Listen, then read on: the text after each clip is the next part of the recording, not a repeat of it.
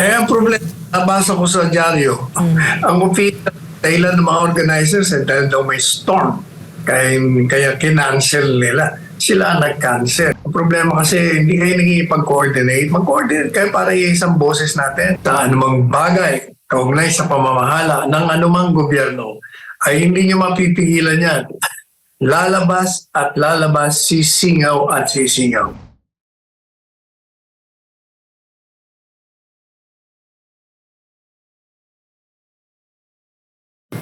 Ang problema, nabasa ko sa dyaryo, ang official dahilan ng mga organizers ay dahil daw may storm.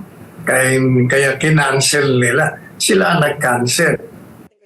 Tila bumabangga ang pahayag ng mga organizer na dahilan ng hindi natuloy na maisog rally sa Tacloban City nitong weekend sa naging pahayag ni dating Pangulong Rodrigo Duterte ayon kay dating Chief Presidential Legal Counsel Attorney Salvador Panelo.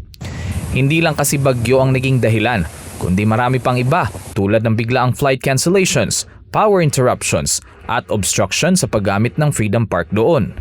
Kaya naman nanawagan ng dating palace official sa mga organizer na Ang problema kasi hindi kayo naging-coordinate. Mag-coordinate kayo para isang boses natin. Otherwise, kakaroon ng problema. Samantala, naniniwala naman si Panelo na anuman ang gawing pagpapapigil sa ginagawang rally ng taong bayan ay hindi ito mapipigilan.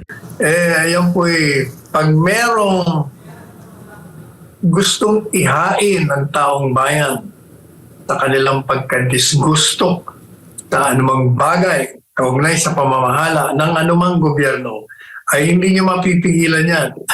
Lalabas at lalabas, sisingaw at sisingaw. Matatanda ang una na naudlot ang mga maisog rally na idaraos sana sa Malolos at Bustos sa Bulacan dahil sa iba't ibang mga kadahilanan tulad ng biglaang paggamit ng Freedom Parks at hindi pagpayag ng may-ari ng venue na gamitin ang kanyang lugar para sa pagtitipon. Kaugnay din ito ay naglabas na rin ng pagkadismaya ang dating Pangulong Rodrigo Duterte sa pamamagitan ng isang open letter para sa mga taga-Tacloban at sa bansa dahil sa pilit na pinipigilan ang nasabing rally na idaraos sana nitong May 26, 2024.